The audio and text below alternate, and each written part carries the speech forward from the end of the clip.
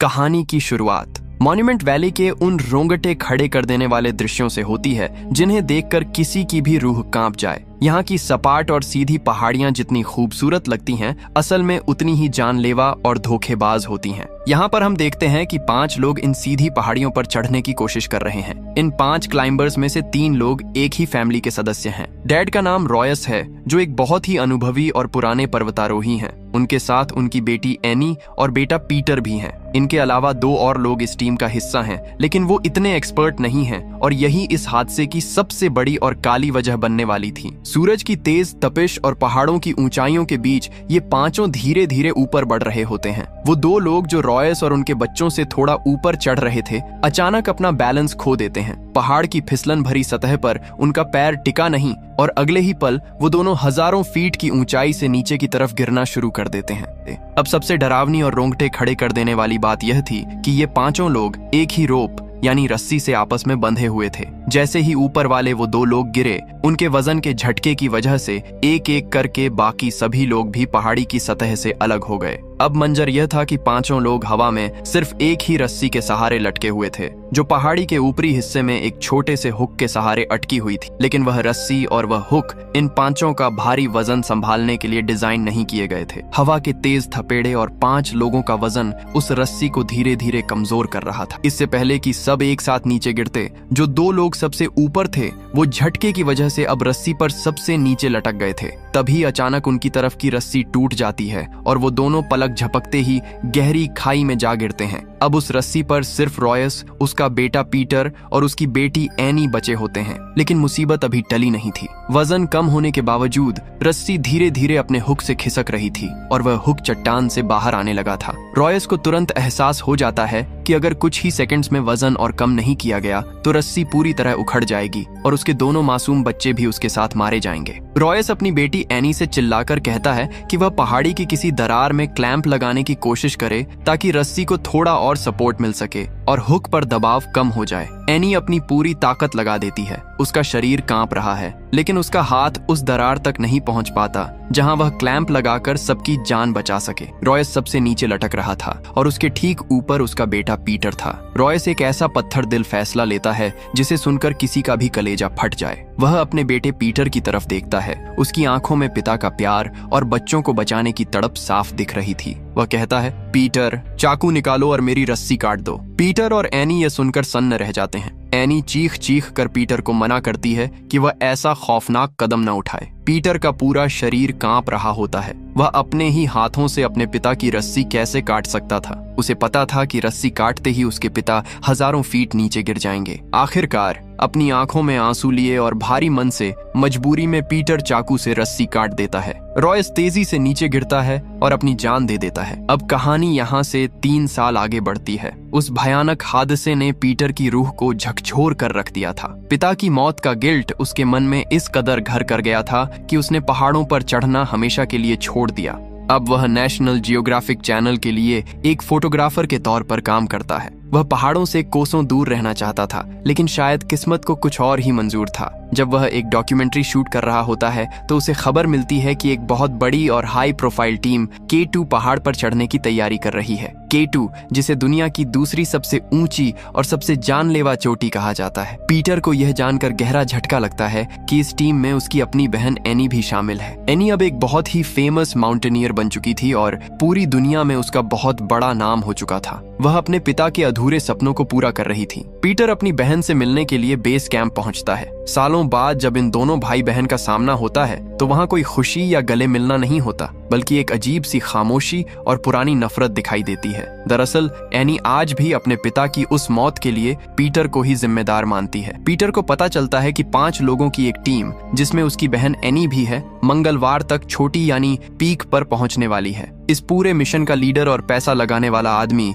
Elliott von है, जिसने हाल ही में एक एयरलाइंस कंपनी खरीदी है। उसकी योजना यह थी कि जब वह K2 की चोटी पर खड़ा होगा, ठीक उसी समय उसकी एयरलाइंस की पहली फ्लाइट पहाड़ी के ऊपर से गुजरेगी और दुनिया को उसकी ताकत का एहसास होगा। चढ़ाई शुरू होने से 1 रात पहले इलियट वहाँ एक बहुत ही शानदार पार्टी देता है। सभी लोग खुश थे, लेकिन तभी वहाँ एक रहस्यमयी और गंभीर आदमी आता है जिसका नाम विक है। विक एक बेहद अनुभवी क्लाइंबर है जो पहले भी K2 की चोटी पर जा चुका है और उसे वहाँ के चप्पे चप्पे और वहाँ के बदलते मिजाज की पूरी जानकारी है। विक सीधे इलियट के पास जाता है और उससे पूछता है कि अगर ऊपर मौसम खराब हो गया तो वह क्या करेगा। इलियट अपने पैसे के घमंड में चूर होकर कहता है कि उनके साथ दुनिया का सबसे बेहतरीन मौसम का एक्सपर्ट है और अगले 2 महीनों तक मौसम खराब होने का कोई भी सिग्नल नहीं है। विक उसे चेतावनी देते हुए कहता है कि पहाड़ों पर मौसम किसी का सगा नहीं होता और अगर एक बार तूफान आ गया, इलियट उसकी बात को मजाक में उड़ा देता है। इसके बाद विक वहां से चला जाता है, अपनी दाढ़ी बनाता है और रात के अंधेरे में अकेले ही खामोशी से K2 की चढ़ाई शुरू कर देता है। अगले दिन इलियट की 5 लोगों की टीम भी अपनी यात्रा शुरू करती है। जोश और उत्साह के साथ ये लोग ऊपर की तरफ बढ़ते हैं। जब ये लोग 26,000 फीट की ऊंचाई पर पहुंच जाते हैं, जहां हवा बहुत पतली हो जाती है, तो अचानक रेडियो पर उन्हें नीचे से मैसेज मिलता है कि एक भीषण तूफान बहुत तेजी से उनकी तरफ बढ़ रहा है। टीम का लीडर टॉम अनुभवी था। वह तुरंत कहता है कि यह बहुत खतरनाक संकेत है और हमें इसी वक्त वापस लौट जाना चाहिए। लेकिन इलियट अपनी जिद पर अड़ा रहता है। उसे सिर्फ अपनी एयरलाइंस की फ्लाइट और अपने प्रमोशन की चिंता थी। वह कहता है कि हम अपने पहले पड़ाव यानी टारगेट से सिर्फ 1 घंटे की दूरी पर हैं और तूफान शायद अपनी दिशा बदल लेगा, जैसा कि अक्सर रेडियो रिपोर्ट्स में होता है। टॉम और एनी जानते थे कि यह मौत का बुलावा है, लेकिन इलियट के पैसों के दबाव और उसकी जिद के आगे आखिरकार उन्हें अपनी जान जोखिम में डालकर आगे बढ़ना ही पड़ता है। नीचे बेस कैंप में मौजूद पीटर जब यह देखता है कि तूफान की वार्निंग के बाद भी वो लोग वापस नहीं आ रहे,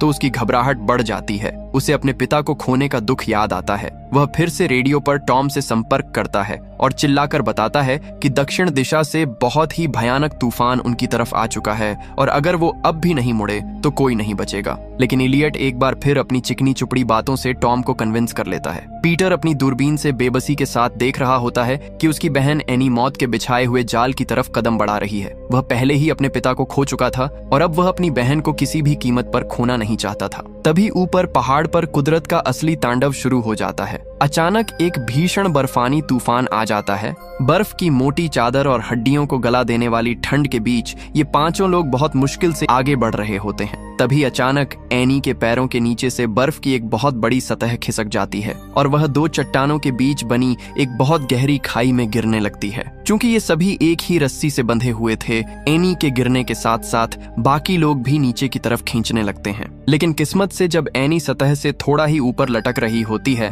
तभी उसकी रस्सी एक नुकीले पत्थर में फंस जाती है और अगले ही पल वह रस्सी बीच से टूट जाती है। एनी उस गहरी खाई में सुरक्षित गिर जाती है, लेकिन अब वह वहां कैद हो चुकी थी। ऊपर मौजूद बाकी 4 लोग भी इस तूफान की चपेट में आकर इधर उधर बिखर जाते हैं। तभी ऊपर से बर्फ का एक विशाल सैलाब यानी एवलांच आता है और पूरी टीम की तरफ मौत बनकर बढ़ने लगता है। इसकी चपेट में आकर टीम के 2 और लोगों की दर्दनाक मौत हो जाती है। अब उस गहरी खाई के अंदर सिर्फ 3 लोग बचे थे, एनी, इलियट और टॉम। ऊपर से वह खाई पूरी तरह बर्फ की मोटी परत से ढकी जा चुकी थी, जिसका सीधा सा मतलब था कि वो तीनों अब बर्फ के नीचे जिंदा दफन हो चुके थे। उन्हें बाहर की दुनिया का कुछ पता नहीं था। नीचे से उनके रेडियो पर लगातार संपर्क करने की कोशिश की जाती है, लेकिन वहां किसी भी तरह का कोई सिग्नल नहीं था। एनी को मॉर्स लैंग्वेज आती थी और खुशकिस्मती से पीटर को भी इसकी पूरी जानकारी थी। एनी ने एक छोटे से पत्थर और धातु के टुकड़े से मॉर्स कोड में सिग्नल भेजे,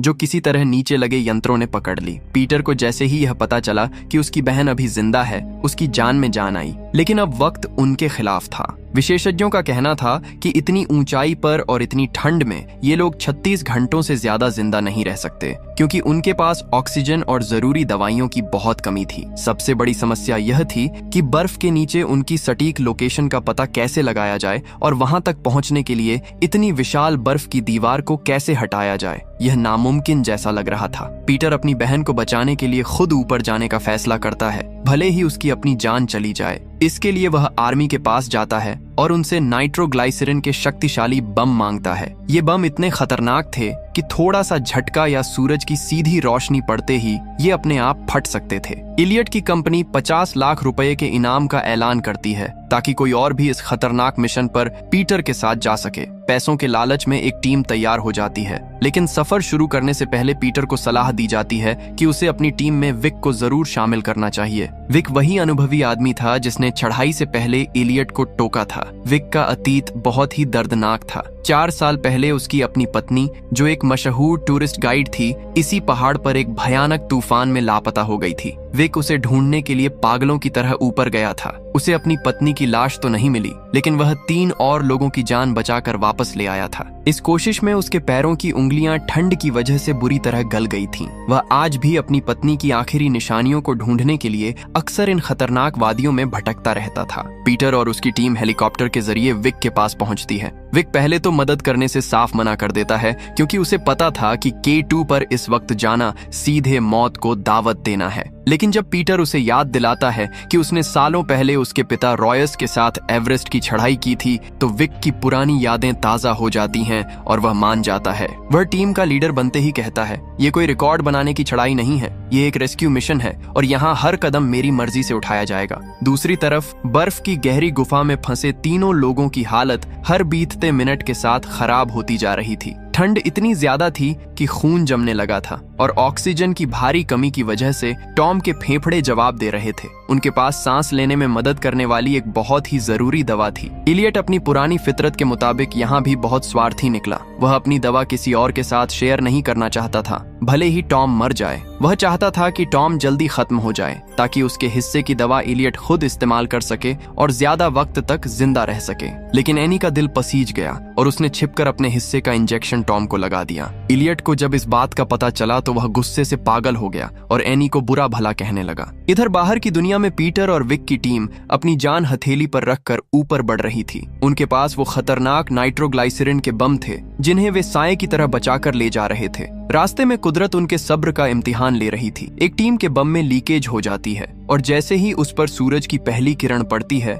वहां एक इतना जबरदस्त धमाका होता है कि पूरा पहाड़ हिल जाता है और टीम के 2 सदस्य वहीं मौत की नींद सो जाते हैं। इस धमाके की वजह से बहुत सारी पुरानी बर्फ अपनी जगह से हटती है और विक को अचानक वहां एक लाश का हाथ दिखाई देता है। वह पास जाकर देखता है तो उसकी चीख निकल जाती है। वह और कोई नहीं बल्कि विक की अपनी पत्नी थी, जिसकी तलाश वह 4 साल से कर रहा था। उसकी लाश आज भी बर्फ में वैसी ही सुरक्षित थी। विक ने उसकी उंगली से अपनी शादी की अंगूठी निकाली और उसे अपने गले के लॉकेट में डाल लिया। तभी पीटर को वहां एक छोटा सा मेडिकल बॉक्स मिलता है, जिसे देखकर विक के पैरों तले जमीन खिकल जाती है। उस बॉक्स से एक ऐसा कड़ा सच सामने आता है जिसे जानकर किसी का भी खून खौल उठे। दरअसल 4 साल पहले जब विक की पत्नी तूफान में फंसी थी, तो इलियट भी उसी के साथ था। इलियट ने खुद को बचाने के लिए विक की पत्नी की सारी डेक्सामेथासोन दवा चुरा ली थी और उसे तड़पने के लिए अकेला छोड़ दिया था। विक को अब समझ आ गया था कि उसकी पत्नी की मौत का असली जिम्मेदार कोई और नहीं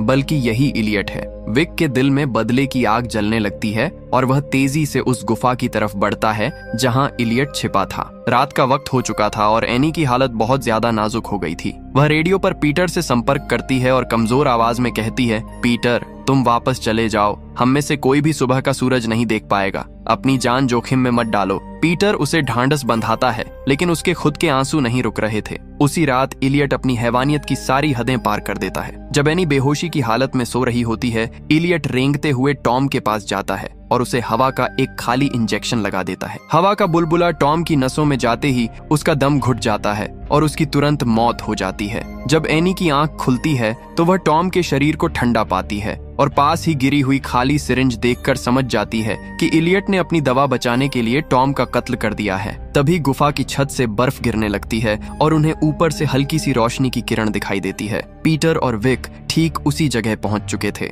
वे अपनी पूरी सावधानी के साथ नाइट्रोग्लाइसरीन का आखिरी बम वहां सेट करते हैं और एक जोरदार धमाका करते हैं, जिससे गुफा का मुंह खुल जाता है। पीटर तेजी से अंदर उतरता है और अपनी बहन एनी, वह उसे रस्सी से बांधकर ऊपर खींचने की तैयारी करता है। तभी विक और इलियट का आमना सामना होता है। विक के पास मौका था कि वह इलियट को वहीं खत्म कर दे, लेकिन वह एक सच्चा पर्वतारोही था। वह नफरत के बावजूद इलियट को भी रस्सी से बांध देता है, लेकिन तभी पहाड़ का वह हिस्सा अचानक धंस जाता है जहां ये सब खड़े थे। अब मंजर बिल्कुल वैसा ही था जैसा 3 साल पहले था। पीटर सबसे ऊपर चट्टान को पकड़े हुए था और नीचे रस्सी पर एनी, विक और इलियट एक के नीचे एक लटके हुए थे। पहाड़ की मिट्टी भुरभुरी थी और हुक धीरे धीरे बाहर निकल रहा था। विक को तुरंत समझ आ गया कि रस्सी सबका वजन नहीं सह पाएगी और अगर उसने कुछ नहीं किया तो पीटर और एनी भी मारे जाएंगे। विक पीटर की तरफ देखता है। उसकी आंखों में एक अजीब सा सुकून था। वह अपनी जेब से वही पुराना चाकू निकालता है। पीटर चिल्लाता है, नहीं विक, ऐसा मत करना। लेकिन विक मुस्कुराते हुए रस्सी काट देता है। विक और एलियट दोनों एक साथ उस अंधेरी और गहरी खाई में गिर जाते हैं और हमेशा के लिए खो जाते हैं। विक ने न सिर्फ अपनी पत्नी की मौत का बदला लिया, बल्कि एक पिता की तरह पीटर और एनी को नई जिंदगी भी दे दी। आखिरकार सूरज की पहली किरण के साथ पीटर अपनी बहन एनी को सुरक्षित नीचे बेस कैंप लेकर आता है। एनी की आंखों में अब पीटर के लिए नफरत नहीं, बल्कि बेपनाह प्यार और सम्मान था। वह अपने भाई को गले लगा लेती है और उसे उस पुरानी गलती के लिए दिल से माफ कर देती है। वह कहती है, पीटर, अगर आज डैड यहाँ होते तो उन्हें तुम पर और तुम्हारी बहादुरी पर बहुत गर्व होता। पीटर वहाँ उन सभी लोगों के नाम का एक खूबसूरत पत्थर का स्मारक बनाता है जिन्होंने इस खतरनाक रेस्क्यू मिशन में अपनी जान की बाजी लगा दी थी। इसी सीन के साथ इस शानदार कहानी का अंत हो जाता है। आपको ये कहानी कैसी लगी? कमेंट करके जरूर बताना और इसी तरह की कहानियों के लिए चैनल को सब्सक्राइब जरूर करना।